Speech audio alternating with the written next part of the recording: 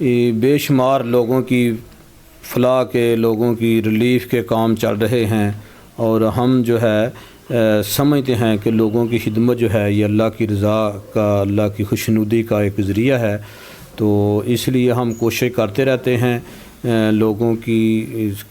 لوگوں کے ساتھ رابطے کا۔ یہ ایک ہمارا بہت بڑا ذریعہ ہے کہ ہم لوگوں کی خدمت میں، لوگوں کے معاملات میں، لوگوں کو کی زندگیوں میں آسانی مہیا کرنے کے لیے، پیدا کرنے کے لیے ہم جو ہے کوشش کرتے ہیں، ان کے ساتھ رابطے ہیں۔ باقی تو ساری پارٹیاں جو ہیں یہ خاندانی پارٹیاں ہیں، یہاں تو کسی عام کارکن کو اوپر آنے کا سوال ہی نہیں پیدا ہوتا، اور مجھ جیسے ایک عام ورکر کو قومی اسمبلی کا ٹکٹ ملنا یہ تو دوسری پارٹیوں میں یہ تو ممکن ہی ہے، وہاں تو بولی لگتی ہے، وہاں تو کروڑوں میں جو ہیں ٹکٹیں بکتی ہیں۔ ہم سنتے ہیں، آپ جیسے میڈیا کے ذریعے سے ہی ہمیں یہ ساری معلومات ہوتی ہیں کہ کس طرح وہاں پر ٹکٹیں بکتی ہیں، اور کون لوگ سرمایہ کی بنیاد پر جو ہے لوگ جو ہے ٹکٹ حاصل کرتے ہیں۔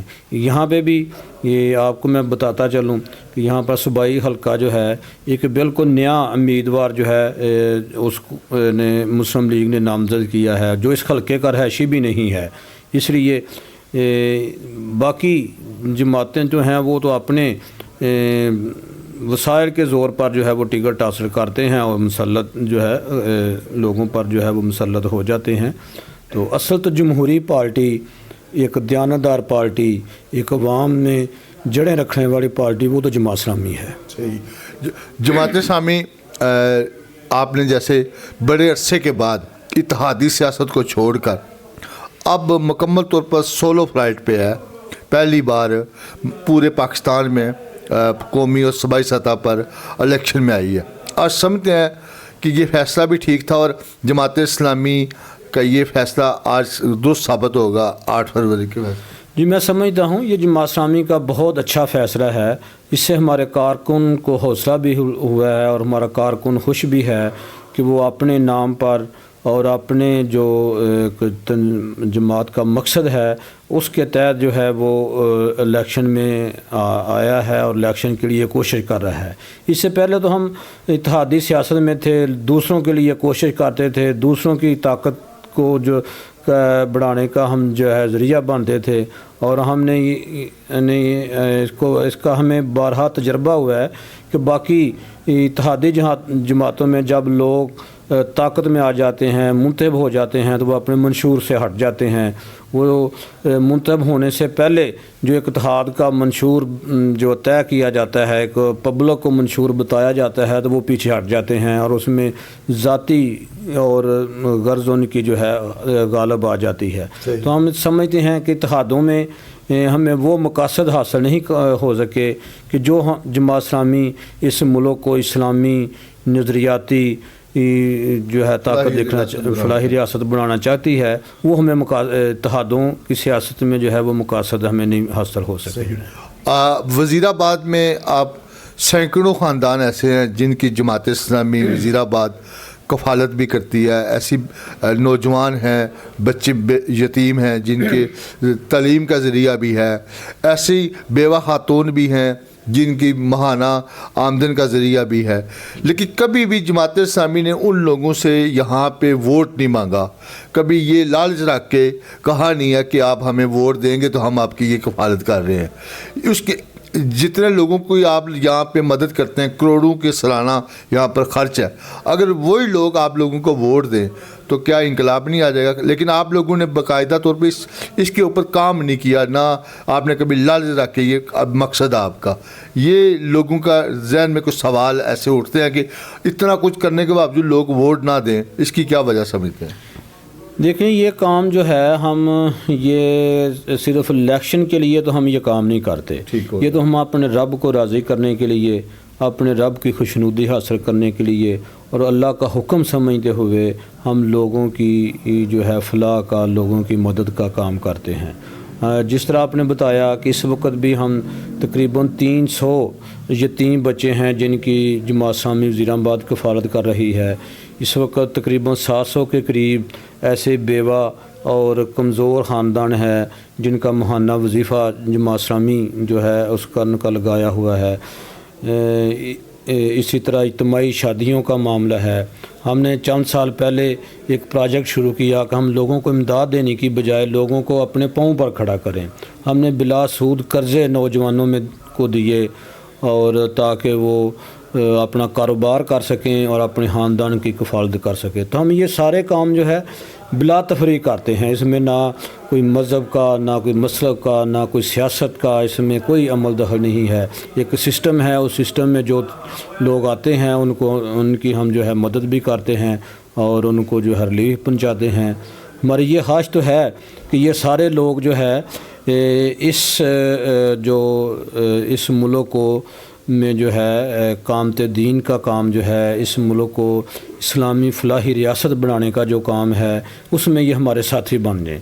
لیکن ہم اس بنیاد پر کسی کو معاونت نہیں کرتے کہ وہ لازمی جماعت اسلامی کا حصہ بنے تو پھر ہم اس کی امداد کریں گے.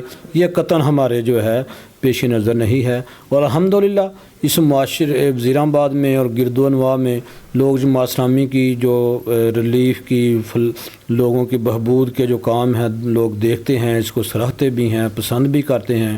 اور ہم سمجھتے ہیں کہ یہ ہمارے جو کریڈٹ ہے جماعت اسلامی کے لیے کہ لوگوں میں یہ ایک پذیرائی موجود ہے. ہم پر جو ہے دوسری پارٹیوں کی طرح جنہوں نے بڑے بڑی کمیشن کھائی ہیں، لوگوں نے، باقی پارٹیوں کے نمائندوں نے یہ جو ہے اس قوم کا مال جو ہے ہڑپ کیا ہے، تو اللہ کے فضل سے، اللہ کی رحمت سے جماعت اسلامی کے نمائندے ان کاموں سے بچے ہوئے ہیں جو ہے نا. صحیح. جیسے جماعت اسلامی سیلاب ہو، ملک کے اندر زلزلہ ہو، پاکستان سے باہر بھی دنیا میں فلسطین ہو، کشمیر ہو، کسی بھی جگہ مسلمان مشکلات میں ہو تو ان کے لیے کھڑی ہو جاتی ہے.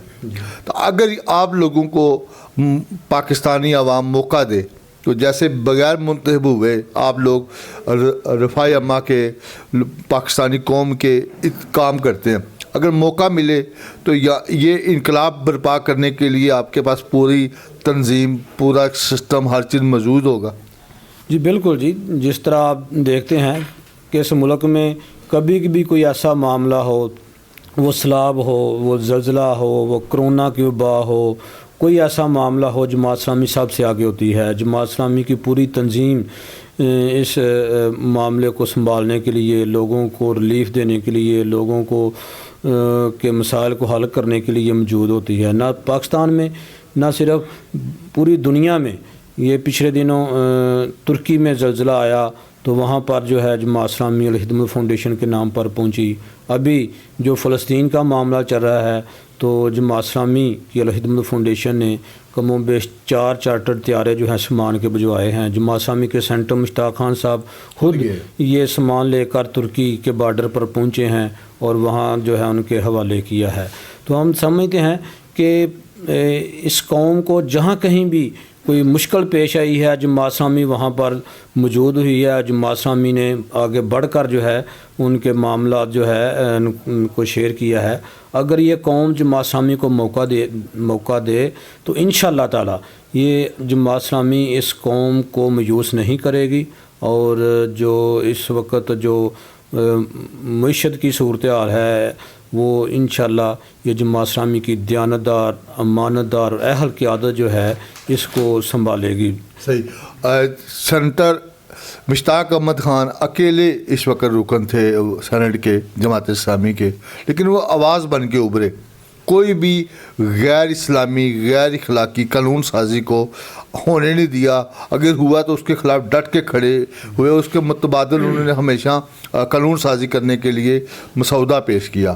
سمجھ جائیں کہ اگر یہ آواز کبھی دبانے کی کوشش بھی کی گئی ہے لیکن وہ دبی نہیں ہے.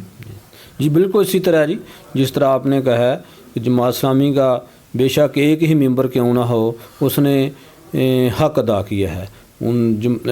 سینٹر مشتاق خان صاحب ہوں، وہ مولانا عبدالاکبر چترالی صاحب قومی اسمبلی میں ہوں، جو بھی اسلام کے خلاف، شریعت کے خلاف قانون سازی کرنے کی کوشش کی گئی ہے اس کے خلاف چٹان بن کر وہ کھڑے ہوئے ہیں اور اس کو انہوں نے روکا بھی ہے. تو اسی طرح ویسے بھی اس کے علاوہ بھی جو کوئی قانون سازی جو ہم سمجھتے ہیں کہ عوام کے خلاف، حق کے خلاف ہے، جس طرح یہ فوجی عدالتوں کا جو ہے کیس جو ہے مسودہ آیا، تو جماعت اسلامی کے ممبران نے ہمیشہ عوام کے لیے جو ہے کام کیا ہے، ان کے حقوق کے لیے کام کیا ہے۔ کوئی بھی معاملہ ہو، وہ قومی ہو، وہ مذہبی ہو، وہ جو ہے عوام کے متعلقہ ہو، وہ باہر کا ہو، ہم جو ہے اس کے لیے جو ہے اللہ تعالیٰ کے فضل سے جو ہے اس کو ہر معاملے کو جو ہے ہائی لائٹ کرتے ہیں۔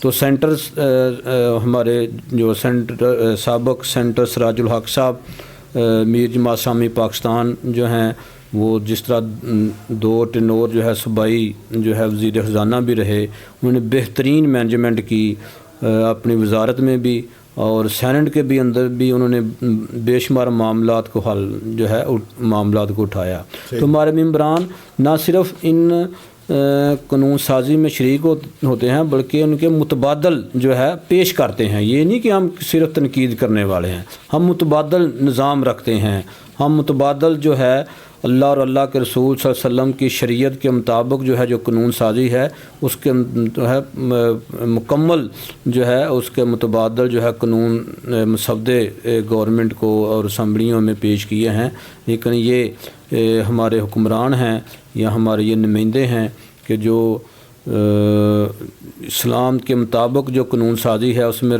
رستے میں ہم خود ہی رکاوٹ بن جاتے ہیں جو ہے۔ تو انشاءاللہ جو ہی جماعت اسلامی کو موقع ملا، ہم اس ملک کا جو آئین ہے وہ پہلے بھی جو ہے وہ اسلامی آئین ہے، اس کے مطابق اس کی روح کے مطابق عمل کیا جائے تو اس ملک میں ایک اسلامی خوشحال معاشرہ جو ہے وہ قائم ہو سکتا ہے۔ صحیح۔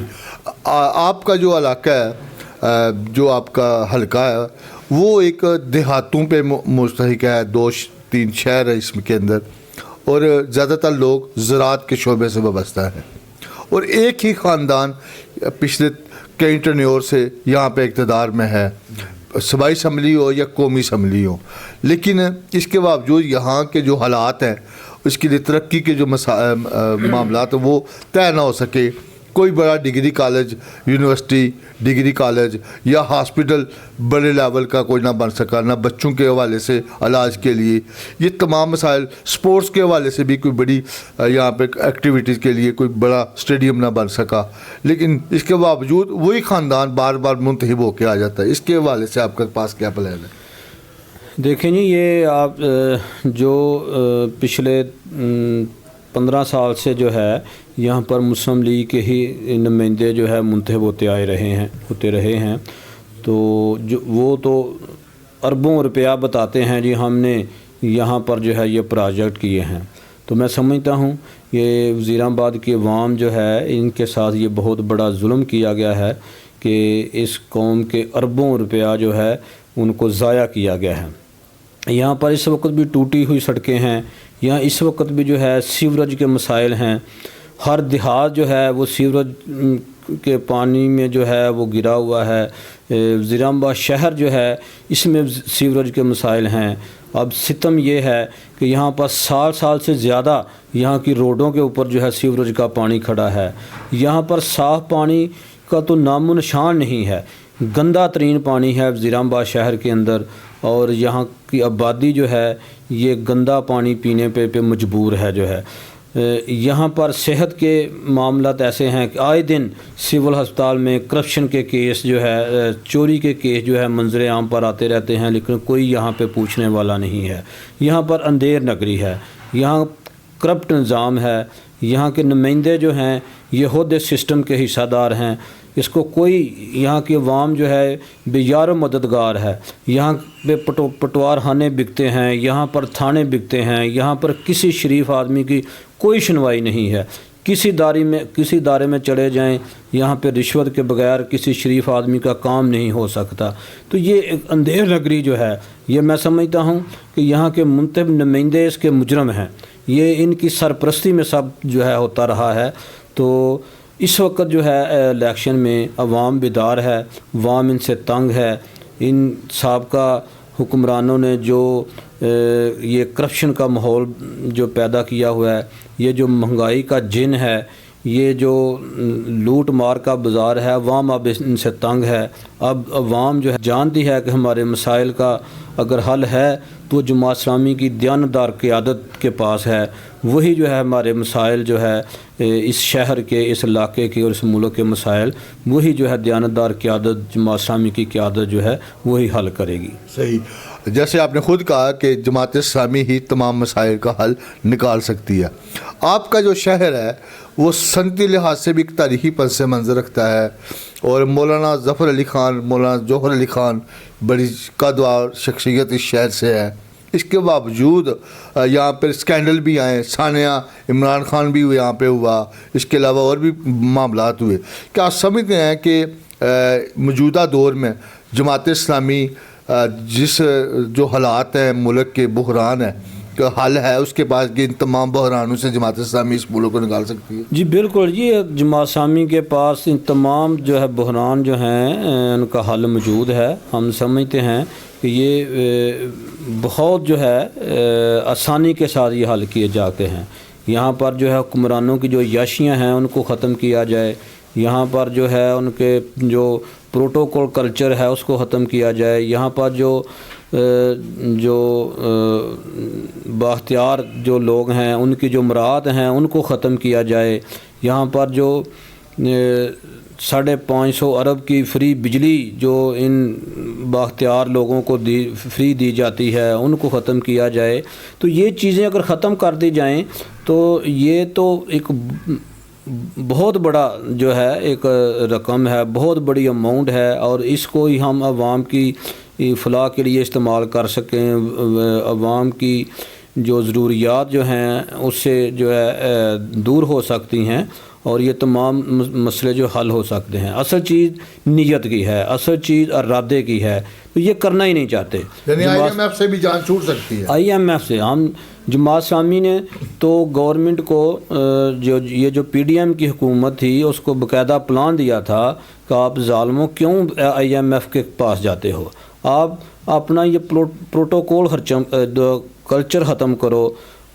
جماعت اسلامی کے سینٹر مشتاق خان صاحب نے پورا ایک پلان دیا تھا کہ یہ جو آپ $1 ارب 2 ارب ڈالر جو ہے آئی ایم ایف سے لے رہے ہو، یہ کس طریقے سے آپ یہاں سے مقامی طور پر جو ہے یہ کمی پورا کر سکتے ہو. یہ پورا ان کو ایک جو ہے کلچر ان کو جو ایک شیڈول دیا گیا تھا کہ آپ یہاں سے یہ جو آپ کے جو غیر ضروری اخراجات ہیں ان کو کم کر کے یہ پورا کیا جا سکتا ہے. تو اصل میں یہ حکمرانوں کی بدنیتی ہے، ان میں ان کے ذاتی مفادات ہوتے ہیں، اس لیے یہ قرض لیتے ہیں اور خود جو ہے عیاشیاں کرتے ہیں اور قوم کو جو ہے مقروض جو ہے انہوں نے کر دیا ہے. صحیح.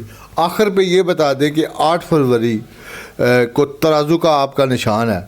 وزیر آباد کی عوام، وزیر آباد کی خواتین، وزیر آباد کے نوجوان اور وزیر آباد کے بزرگ کیوں ناصر کلیر کو ووٹ دیں، ترازو کو کیوں ووٹ دیں؟ کیا وہ کرشمہ ہوگا کہ وزیر آباد کے اور اس سیٹ کے اوپر جو NH 66 ہے اس کے اوپر الیکشن جیت کر آپ وہ کون سے مسائل فوری طور پر حل کر سکتے ہیں اور لوگ آپ کو ووٹ دیں؟ وہ کیا وجہ ہے؟